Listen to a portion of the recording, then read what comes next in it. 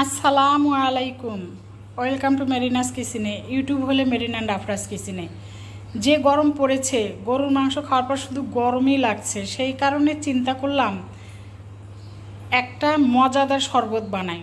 সেটা হচ্ছে আমের শরবত।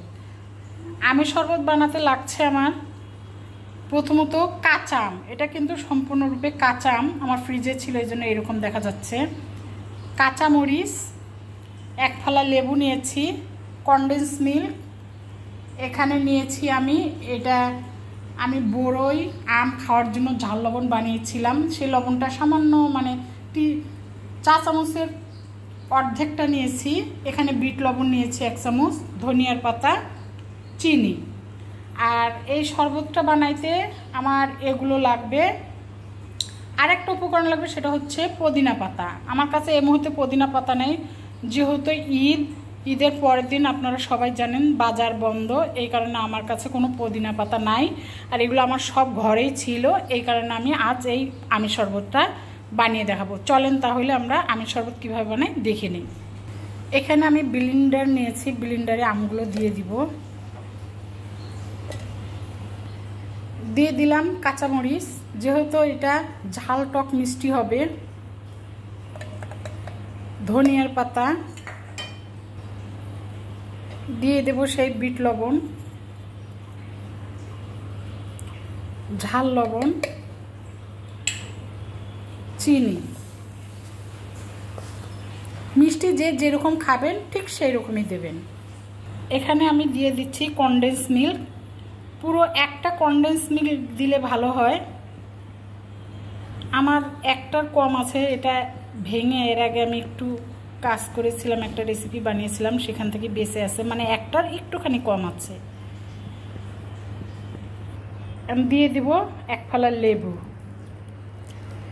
যে গরম পড়েছে, এই গরমের মধ্যে এইরকম 1 গ্লাস শরবত কার না চাই বলেন তো।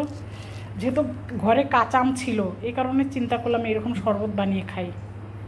দেখেন, চলেন এখন ব্লেন্ড করি। সরি, ভুলে গিয়েছিলাম, একটু জিরের গুঁড়া দিয়ে দিব।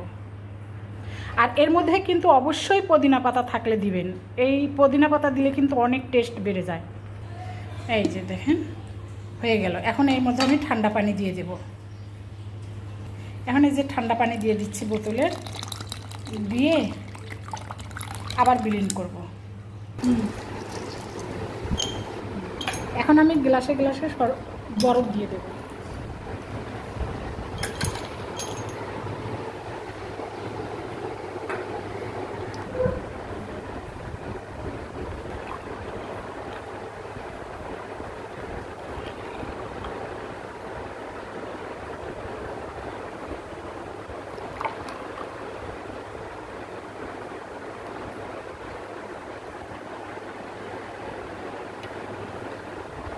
হয়ে গেল আমার আমের শরবত।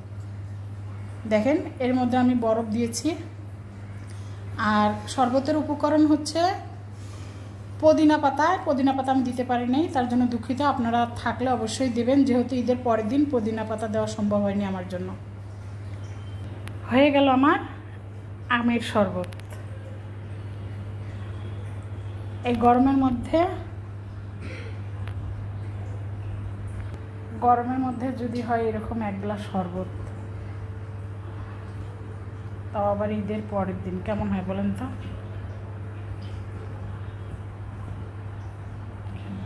সুন্দর। থ্যাংক ইউ সবাইকে। ভালো লাগলে এভাবে করে খাবেন।